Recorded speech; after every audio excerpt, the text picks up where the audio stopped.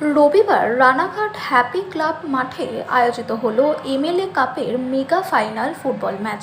প্রসঙ্গত, নতুন প্রজন্মকে মাঠমুখী করার উদ্দেশ্যে ও নতুন প্রজন্মকে ফুটবল খেলার প্রতি আকৃষ্ট করতে উদ্যোগী হয়েছেন রানাঘাট উত্তর পশ্চিম বিধানসভার বিধায়ক পার্থসারথী চট্টোপাধ্যায়।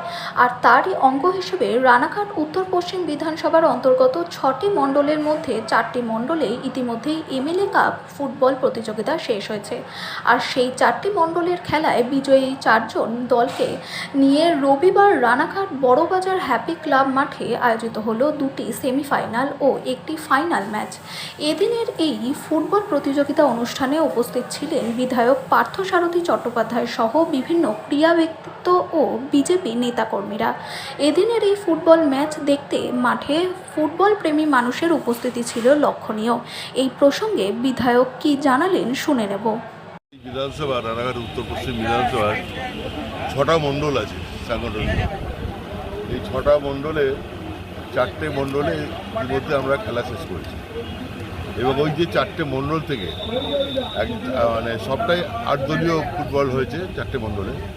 তার মধ্যে থেকে প্রত্যেক মণ্ডল থেকে যারা উইনার্স হয়েছে ওই উইনার্স 4 জন আজকে মেগা ফাইনাল খেলবে, 2টো সেমিফাইনাল একটা ফাইনাল।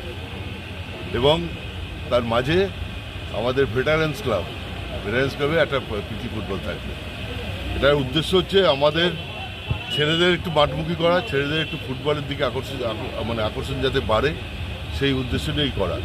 এবং এটা আমরা যে 4টে মণ্ডলে খেলা হয়েছে অভূতপূর্ব সাড়া পেয়েছি এবং আজকের খেলার মধ্যে দিয়ে নিশ্চিতভাবে এই আমার বিধানসভা কেন্দ্রের যারা ফুটবল প্রেমী আছে বা ফুটবল অনুরাগী যারা মাঠে আসে নিয়মিত, আরও বেশি করে তারা মাঠে আসবে, এটা এই বিশ্বাস আমি রাখি। এই বিশ্বাস, এই প্রত্যাশা নিয়েই এই টুর্নামেন্টটা করতেছি। চ্যাম্পিয়ন এবং রানার্স ট্রফি কী দিচ্ছেন? রানার্স তো ট্রফি না, এটা মেগা যেহেতু এটা উইনার্স ট্রফি থাকবে।